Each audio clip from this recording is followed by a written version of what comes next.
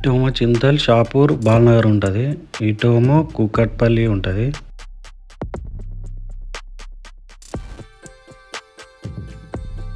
ఇటేమో Kukatpally housing board and Miyapur అటు వెళ్తాయి అన్నమాట. ఇటు గుడి జయద్గిరి గుట్టకెళ్ళే అంటే గుట్టకెళ్ళే గుడి.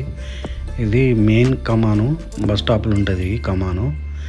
ఇదే బస్ స్టాప్. ఈ బస్ స్టాప్లోకి ఊరి బస్సులు చాలా వస్తాయి. ఎక్కడి నుంచి అంటే వరంగల్, హన్మకొండ అండ్ మహబూబాద్, తొర్రూరు అండ్ కర్నూలు, వనపర్తి బస్సులు కూడా వస్తాయి ఇక్కడికి. ఇంకా చాలా రకాల బస్సులు ఉంటాయి. సిటీ బస్సులు అయితే చాలా బస్సులు వస్తాయి. 10 నిమిషాలకు ఒకసారి బస్సు ఉంటుంది ఇక్కడ నుంచి. ఈ కమాన్ నుంచి లోపలికి పోతే ఇంకో కమాన్ వస్తుంది. అంటే అది చిన్నగా ఉంటుంది లెఫ్ట్ సైడ్లో. అది ఇదే కమాను. మెట్ల ద్వారా అయితే ఈ కమాన్ నుంచి వెళ్ళాలి. లేదు వెహికల్లో వచ్చారంటే ఈ దారి పుంటి వెళ్ళాలి. ఇలానే గుట్టపైకి ఎక్కాలి. గుట్టపైకి ఈ స్టెప్స్ ద్వారా ఎక్కాలి. ఎక్కితే అక్కడ ఆంజనేయ స్వామి టెంపుల్, అయ్యప్ప స్వామి టెంపుల్, సాయిబాబా టెంపుల్ అటు ఉంటాయి అన్నమాట. ఇటు వెళ్ళగానే అక్కడ వెంకటేశ్వర స్వామి టెంపుల్ తీర పైన ఉంటుంది. ఇలా ఎక్కాలి పైకి. వెహికల్ వస్తే ఇలా కనబడుతుంది కదా, ఇక్కడ నుంచి పైకి ఎక్కాలన్నమాట. ఈ పైకి ఎక్కితే కొంచెం దూరం వెళ్ళంగానే స్ట్రైట్గా వెళ్ళంగానే వెంకటేశ్వర స్వామి గుడి కనబడుతుంది.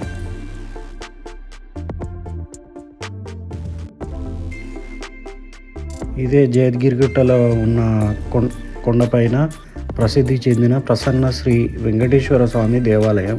ఈ దేవాలయ స్థల పురాణ ప్రకారం యోగానంద స్వామి అనే మహర్షికి వెంకటేశ్వర స్వామి కలలో కనిపించి ఇక్కడ ఆలయం నిర్మించామని కోరారంట. స్వామివారు చెప్పిన ప్రకారం 1975లో జారూర్ బండగా వివరించే ఈ చిత్రమైన రాతి ప్రదేశంలో ఆలయ నిర్మించారట. ఇక్కడ నిర్వహించే జగత్ కళ్యాణానికి నిదర్శనంగా అప్పట్లో ఈ ప్రాంతానికి జయద్గిరి గుట్టగా నామకరణం చేశారు. అదే కాలక్రమేపాన జయద్గిరి గుట్టగా మారిందనమాట. వెంకటేశ్వర స్వామికి ప్రతి సంవత్సరం మాఘశుద్ధ వసంత పంచమి నుంచి 3 రోజుల పాటు కళ్యాణోత్సవం జరుగుతుంది. ఇక్కడ పెద్ద జాతర జరుగుతుంది గుట్ట పైన. ఈ జాతరను చూడడానికి సిటీలో నుంచి చాలా చోట్ల నుంచి చాలా మంది వస్తారు ఈ గుట్టపైకి. 3 రోజులు సాయంత్రం కాగానే ఈ గుట్టపైకి వద్దామంటే ఇంత గ్యాప్ ఉంటుంది అన్నమాట. అంతమంది హాజరవుతారు ఈ కళ్యాణానికి చూడడానికి. చాలామంది వస్తారు ఈ గుట్టపైకి. చాలా బాగుంటుంది జాతర మాత్రం.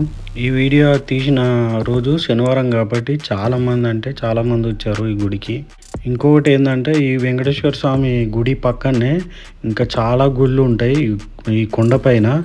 మీరు ప్రతి అడుగు ఒక గుడి కనబడుతుంది మీకు అన్నీ చూపెడతాను ఈ వీడియోలో. అంటే వీడియో లెంత్ అవుతుందని నేను 2 పార్ట్లు పెట్టాను అన్నమాట. ఒక పాట ఏమో ఈ వెంకటేశ్వర స్వామిది అండ్ గోవిందరాజ స్వామిది ఉంటాయి అన్నమాట. ఇంకో పాటలో వచ్చేసి ఆంజనేయ స్వామి అండ్ శివుడు, అయ్యప్ప స్వామి, సాయిబాబా అందరూ ఉంటారు ఆ వీడియోలో. చాలా బాగుంటాయి. చాలా గుళ్ళు ఉంటాయి ఈ కొండపైన. మీకు చూపెట్టాలనే ఈ వీడియో తీసాను అన్నమాట. చూడండి, ఈ గుట్టపైకి వస్తే మీకు అందరినీ దర్శించుకోవచ్చు, అన్ని దేవుళ్ళని. ఇగో ఈ గుట్ట నుంచి ఇలా కనబడుతుంది సిటీ.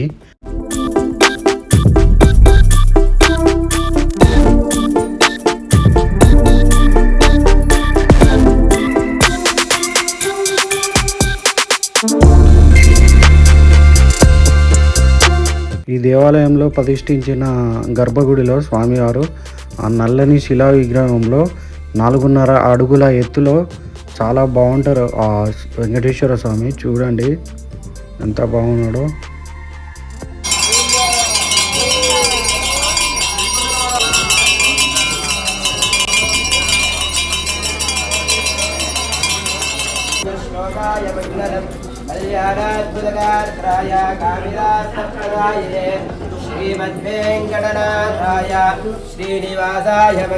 స్వామివారికి ఎడమ వైపు ఏమో పద్మావతి అమ్మవారు, ఈ అమ్మవారి పద్మావతి అమ్మవారు దర్శనమిస్తారు. చూడండి ఎడమ వైపు మొత్తం ఇక్కడ దశావతారాలు ఉంటాయి. చూడండి దశావతారాలు 10 దశావతారాలు కదా, మొత్తం ఈ దశావతారాలు మొత్తం ఫోటోలు ఇక్కడ ఉంటాయి, అన్నీ పెట్టి ఉన్నాయి. చూడండి ఒకసారి. కుడివైపున వచ్చేసి అల్వార్ అమ్మవారు ఉంటారన్నమాట. అల్వార్ అమ్మవారు దర్శనం ఇస్తారు. చూడండి అల్వార్ అమ్మవారిని.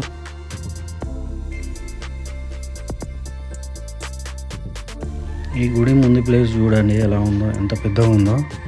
ఇక్కడనే చాలా గుళ్ళు ఉంటాయి, చాలా అంటే చాలా గుళ్ళు ఉంటాయి. మీరు ఇక్కడికి దర్శనానికి వస్తే వెంకటేశ్వర స్వామికి మీరు అన్ని గుళ్ళు తిరగవచ్చు. పక్కనే ఉంటాయి అన్నీ.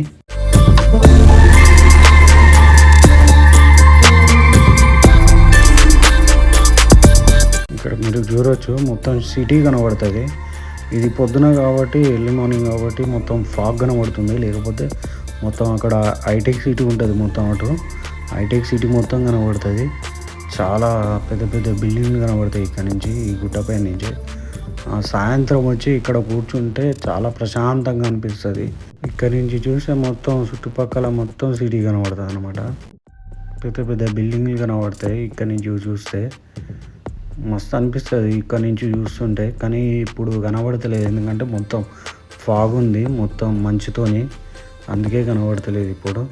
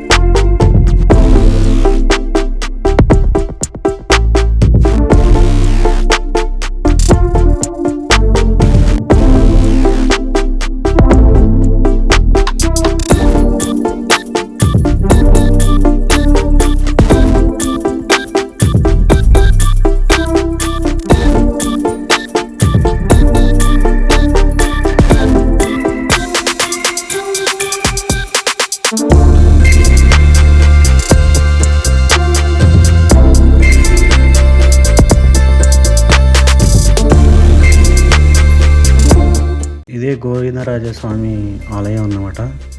ఇది వెంకటేశ్వర స్వామి గుడికి కొంచెం ముందుకి రాగానే మీకు లెఫ్ట్ సైడ్లో కనబడుతుంది గోవిందరాజస్వామి ఆలయం. ఈ గోవిందరాజ స్వామి ఎవరనంటే శ్రీ వెంకటేశ్వర స్వామికి అన్నయ్యగా భావిస్తారన్నమాట ఇతనిని.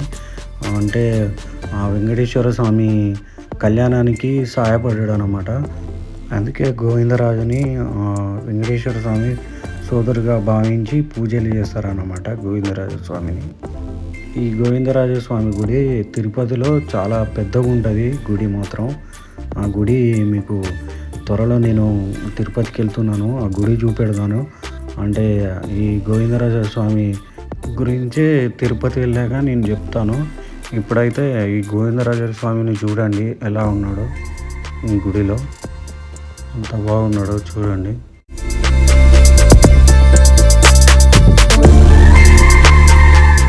అలానే గుడి నుంచి కొంచెం బయటికి రాగానే ఇగో ఇక్కడ శివాలయం, అయ్యప్ప స్వామి అండ్ సాయిబాబా ఉంటాడు.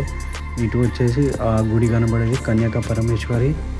అండ్ ఇక్కడ పక్కనే పరశురాముని గుడి, ఆ గుడి కనబడుతుంది కదా, ఆ గుడి. మీ ఇక్కడనే అక్కడి నుంచి వెహికల్స్ వస్తున్నాయి కదా, అక్కడి నుంచే ఈ కొండపైకి ఈ వెహికల్స్ వస్తాయి అన్నమాట. మీకు చెప్పాను కదా ఒక రూట్ ఉంటుందని, ఆ రూట్ అదే. ఇదే సాయిబాబా టెంపుల్ చూడండి. వీడియో లెంత్ అవుతుందని పార్ట్ 2 కూడా ఇంకొకటి ఉన్నదన్నమాట, ఆ వీడియో కూడా పెడతాను చూడండి. పార్ట్ 2లో అయ్యప్ప స్వామి గుడి, 12 జ్యోతిర్లింగాల గుడి అండ్ ఆంజనేయ స్వామి గుడి, పరశురాముని గుడి, వీరబ్రహ్మేంద్ర స్వామి గుడి ఉంటాయి చూడండి.